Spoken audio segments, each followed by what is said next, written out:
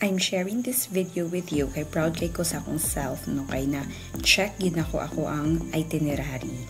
Before me nag-atog Manila, ako yung goal is that mag-food trip shoot kong Binondo og Quiapo, and yes, here we are. So ni try me ani Salazar Baker gidami diri sa among kauban, kikita to siya ani sa TikTok, so namalitra mi gamay mga hopya, mga tikoy ana.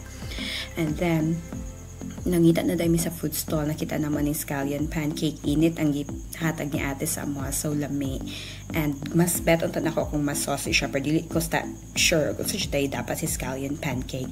And na-try pa namo tong uban sa unahan ka tong sugar cane something, basta ka naman kitaan sa TikTok, pero good. Mubura kayo ang mga food stall, like dili siya pareha na makita nimo sa vlogs nga taas murag dugay kay sila mahuman sa ilang paglakaw-lakaw dito, ang butog asa silang dapitan no sa Binondo. Pero diri sa Quiapo mas daghan diri og food choices na diri si Neneng B og si Baga ng mama mo, mao ni mo gikalangayan kay nangita Manila og sa dihang wala man jud ay sila, pero naay lang food stall, dili lang sila ang nagbantay, wala sila naka-duty at the time or day off, char.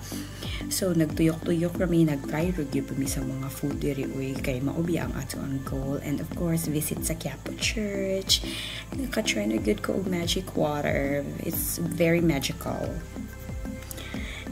Then daghan kayo food nga ma-try diri nga makawaw kayo sa imong eyes, then mabusog ka og lantaw nila tungod sa kadaghan, then medyo nalipong jud ko og tinok-tuyok-tuyok kay nagbuwag-buwag man ang mga stall diri, like dili man siya isa ka linya. O di ba nagtry-try yapon og pusit maski naara na sa balay. And of course, Manila good, syempre. What's Manila without MOA, right? Nag-try good in town good food shop, fried siopaw, kay marag napalaw sa Binondo. Pero, yeah, more siya siopaw.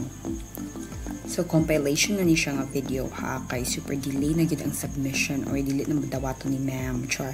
Anyway, so on my first day after sa seminar, ako ang gimit ang akong friend, si attorney April Rose Reganian, attorney, my friend, my classmate, my cousin. So, kampati ko sa Manila kay, of course, if masadan ko, excuse me, talk to my lawyer, char. So, nagsuri-suri kami within Quezon City and visit ang bahay ni Kuya.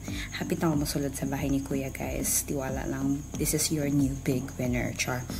So, nagsuri-suri in town mi sa Quezon City kay kani si April. Wala sa jud kay ni siya kasuri over here.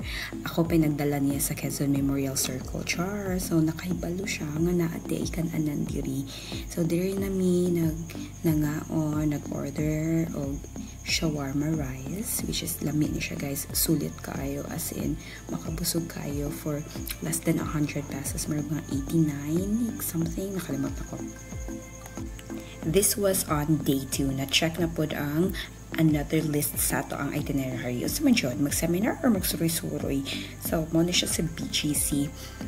Nagkuyog misa ko ang kauban from Pagadian City, and supposedly kauban naman si Christian ani, but nag-meet man sila sa ilang igagaw ni apa siya ani, but nanguli na mi, and nag-meet sad mi ani sa ko ang friend si Gretchen Ochotorena. Hi Chin, handod karon wala gyapon na send ang picture, so maulahin na siya ko sa submission, di na gid pwede, di na dawato ni ma'am.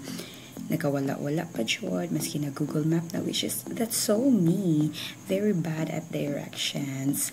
And I finally get to see my previous company, JP Morgan Chase. Kita na gid ko silang BGC na site. So, happy working, guys!